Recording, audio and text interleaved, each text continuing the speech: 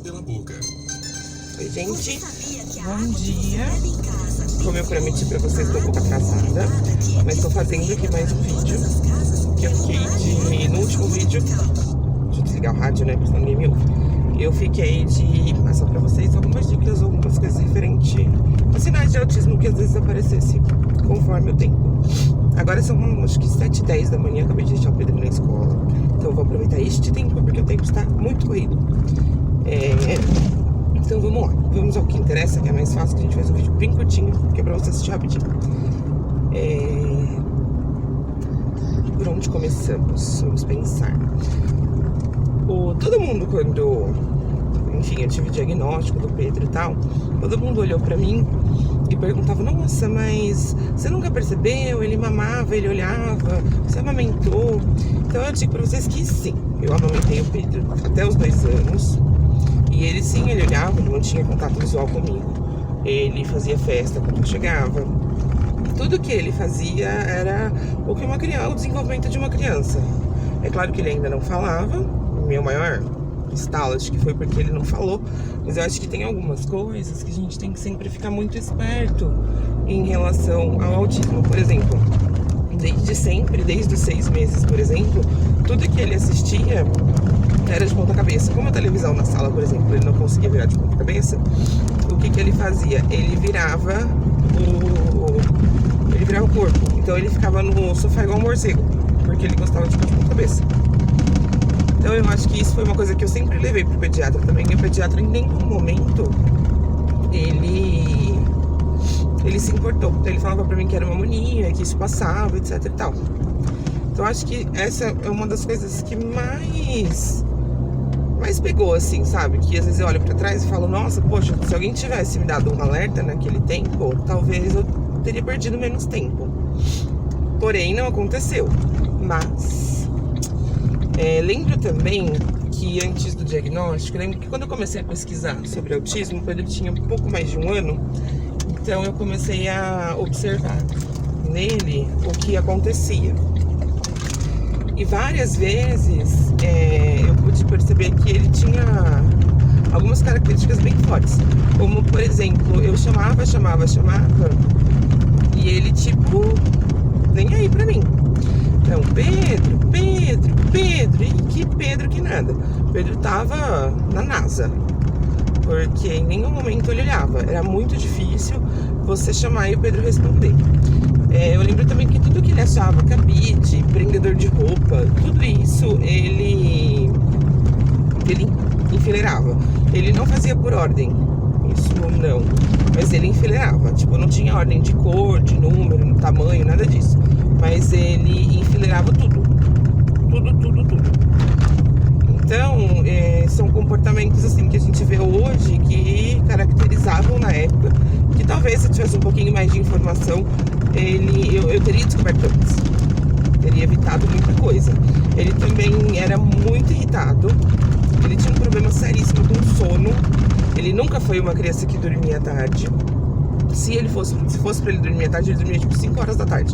Mas se ele dormisse 20 minutos, 5 horas da tarde, ele dormia 5 horas da manhã. Então essa questão do sono era bem complicada. E eu acho que em 90% de autista isso acontece. Eu vejo autistas adultos às vezes que têm uma insônia tenebrosa.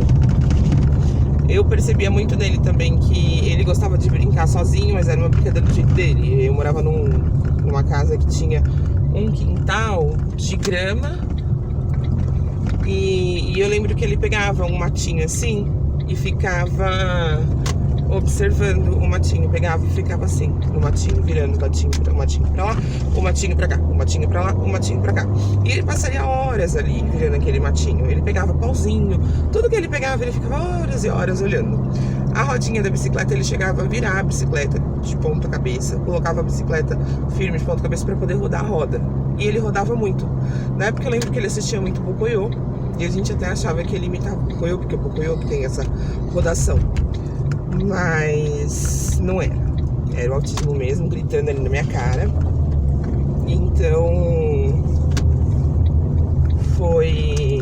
foram através dessas coisas assim que a gente começou a perceber. E ele gritava muito, apesar dele não falar, ele era uma criança que gritava horrores. Então, tudo que você falava com o Pedro gritava. Ah, nossa, mas por quê? Porque eu acho que ele tinha intenção de se comunicar e não conseguia. Tudo que tava errado com ele gritava. Tudo que dava certo, ele gritava. Tudo era um motivo de grito. Então, qualquer coisa, o Pedro... Ah! É exatamente assim. E isso melhorou muito. Ele não faz mais isso. Ele se jogava muito no chão. Enfim, são diversas coisas pequenininhas, assim, que às vezes ninguém fala. Aí fala assim, ai, nossa, mas ele era uma criança que não tinha amor, que todo mundo fala, ah, é autista, não abraça, não beija. Mentira. Se alguém fala pra você que é autista, não abraça, não beija, desacredita dessa pessoa. Ignora ela da sua vida, porque ela não vai te trazer nada. Ele abraçava, ele beijava. Ele era sempre foi muito carinhoso. Então, eu acho que a partir disso, a gente começou a... Tipo, peraí, tem alguma coisa aí que precisa de auxílio. E foi assim que nós começamos a investigar melhor. Esses são apenas alguns sinais. É claro que tem crianças que têm sinais diferentes. Crianças que têm sinais mais acentuados ou menos, enfim. Cada um é cada um. Porém, esses foram, acho que, os que mais marcaram aqui no caso do Pedro. Então eu acho que é muito importante a gente perceber o comportamento da criança. Acho que o comportamento é tudo. Às vezes a gente acha que não tem nada a ver, que a criança não sei o quê. Tem sim, tudo tem a ver. Qualquer coisa estranha que você notar no seu filho, no seu parente, eu acho muito interessante que você possa... você vai atrás, procura. Porque não tem nada mais importante do que a gente descobrir o quanto antes. Ah, eu fui no médico, mas o médico não me dá um laudo. Não se preocupa com o laudo, se preocupa em focar na criança. Eu acho que isso é mais importante. Bom, eu cheguei no trabalho agora, então eu vou dar tchau pra vocês. A gente se encontra daqui uma semana. Ou talvez não, ou talvez menos, ou talvez mais, não sei. Mas eu agradeço quem esteve comigo até aqui. E se você gostou, curte, compartilha, chama alguém aqui, convida seus amigos e vamos embora. Porque informação nunca é demais, tá bom? Um beijo pra vocês, até o próximo.